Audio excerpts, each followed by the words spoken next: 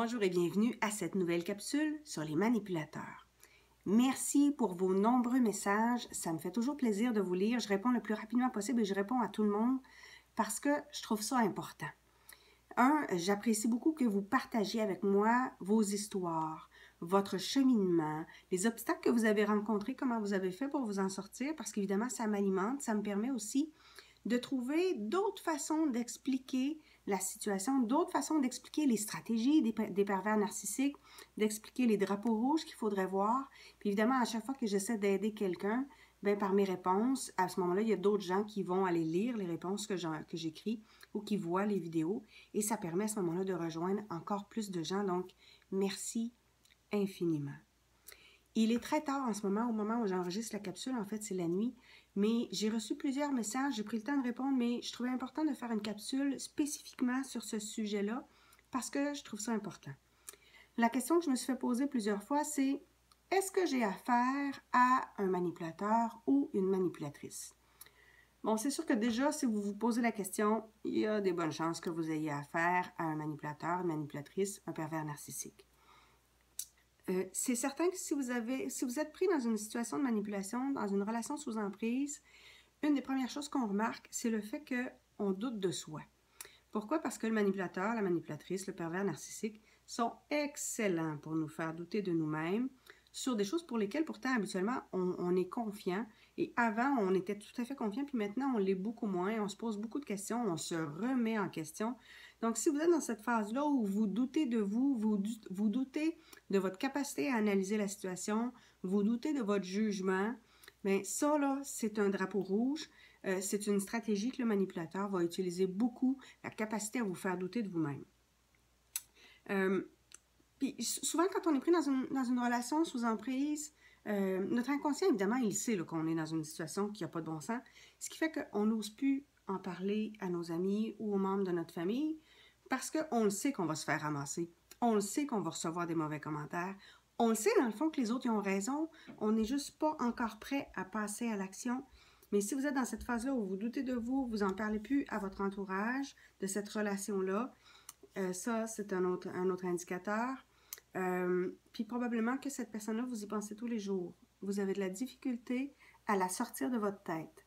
Et cette personne-là s'assure d'ailleurs que vous ne puissiez pas l'oublier en faisant des petits rappels, des textos, des courriels, des messages, des appels, des visites, pour s'assurer que vous ne puissiez pas l'oublier. Ce qui est particulier aussi, puis là je me suis pris des notes, ce qui est particulier aussi avec un manipulateur, une manipulatrice, c'est que c'est impossible d'argumenter avec cette personne-là. Vous ne pouvez jamais avoir le dernier mot. Il ou elle a toujours raison. Et souvent, la discussion prend de drôles de tournures, puis vous ne comprenez pas comment la discussion a pu déraper à ce point-là. Vous ne comprenez pas, en fait, ce qui s'est passé dans la conversation. Vous ne comprenez pas les liens que cette personne-là a pu faire. Vous avez l'impression de dire toujours quelque chose qu'il ne faut pas, d'être toujours pris en défaut.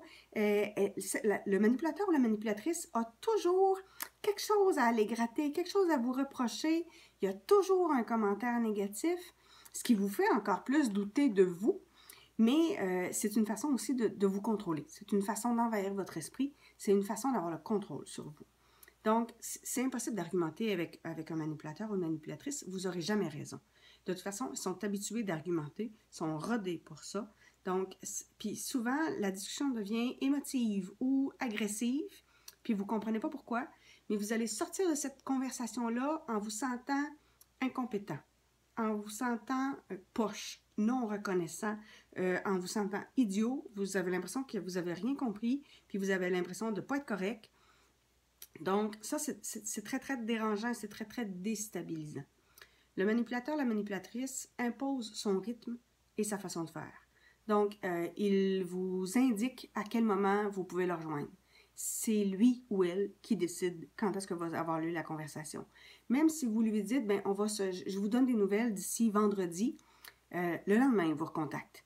Il va recontacter une autre fois, et une autre fois, et une autre fois. Il va essayer de vous imposer un rythme qui n'est pas celui que vous auriez souhaité.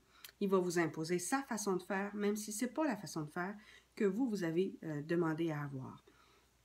Donc, ça va se passer à sa manière. Et l'idée, évidemment, c'est de vous avoir à l'usure. Donc, c'est de vous faire sortir de votre zone de confort pour vous faire rentrer dans son jeu, dans ses règles du jeu, dans son manège. C'est donc extrêmement important, de vous refaire confiance à nouveau, ce qui est pas facile parce qu'évidemment, on s'entend, le manipulateur, la manipulatrice vous fait douter de vous depuis un certain temps déjà.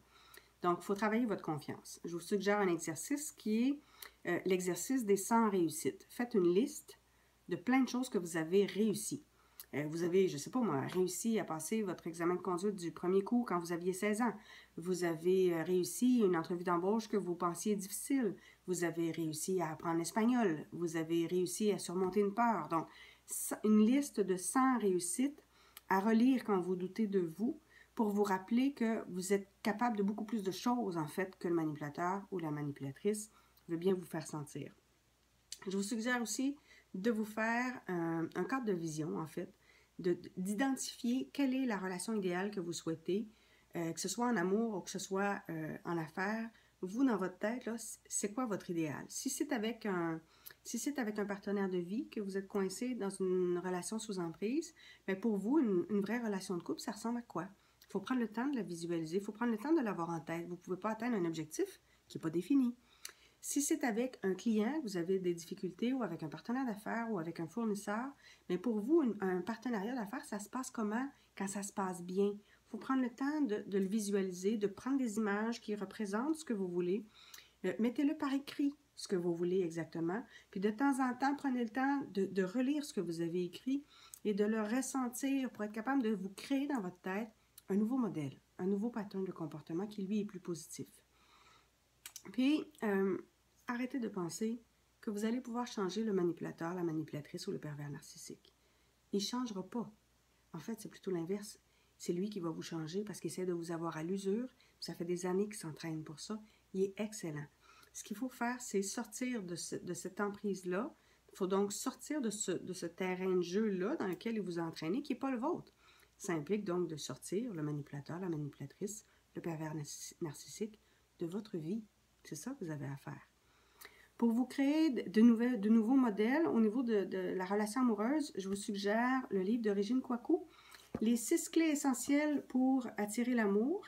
Donc, ça permet, de revoir ce qu'on veut exactement comme relation amoureuse. Et pour vous créer un modèle d'une belle histoire d'amour, je vous suggère un roman de Adrienne Morissette qui s'intitule « Deux ».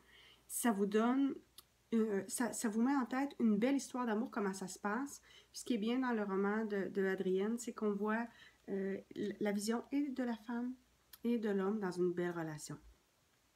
Pour vous bousculer un peu, pour vous shaker un peu, je vous suggère le livre de Mélanie Carpentier, le 2e livre, Survivante d'exploitation sexuelle. Si vous voulez voir ce qui se passe quand vraiment un manipulateur vous embarque dans quelque chose d'épouvantable, Mélanie a fait partie d'un gang de rue, donc elle a été exploitée sexuellement, mais elle raconte dans le fond tout son cheminement, comment elle a fait aussi pour s'en sortir, mais tout ce qui lui est arrivé. Donc si vous voulez vous ébranler beaucoup, c'est un bon livre. Si vous voulez vous inspirer sur le plan du travail, bien à ce moment-là, je vous suggère Inspiration Inc. de Kim Rosk, qui est animatrice à C'est quoi, avec Philippe Richard Bertrand, qui est un entrepreneur à succès. Donc, ils ont rencontré 10 entrepreneurs québécois qui ont changé le monde à leur façon.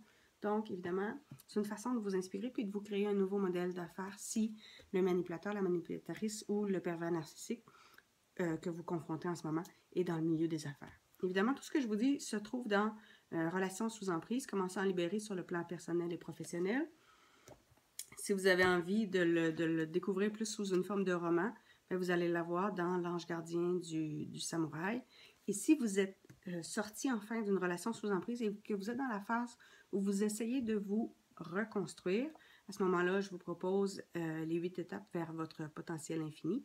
Changez de vie, soyez vous-même. Sur ce, bien évidemment, je vous invite à vous abonner à ma chaîne YouTube et à me retrouver sur ma page Facebook aussi. Et je vous invite bientôt pour des prochaines capsules sur les manipulateurs, manipulatrices et pervers narcissiques. Merci beaucoup.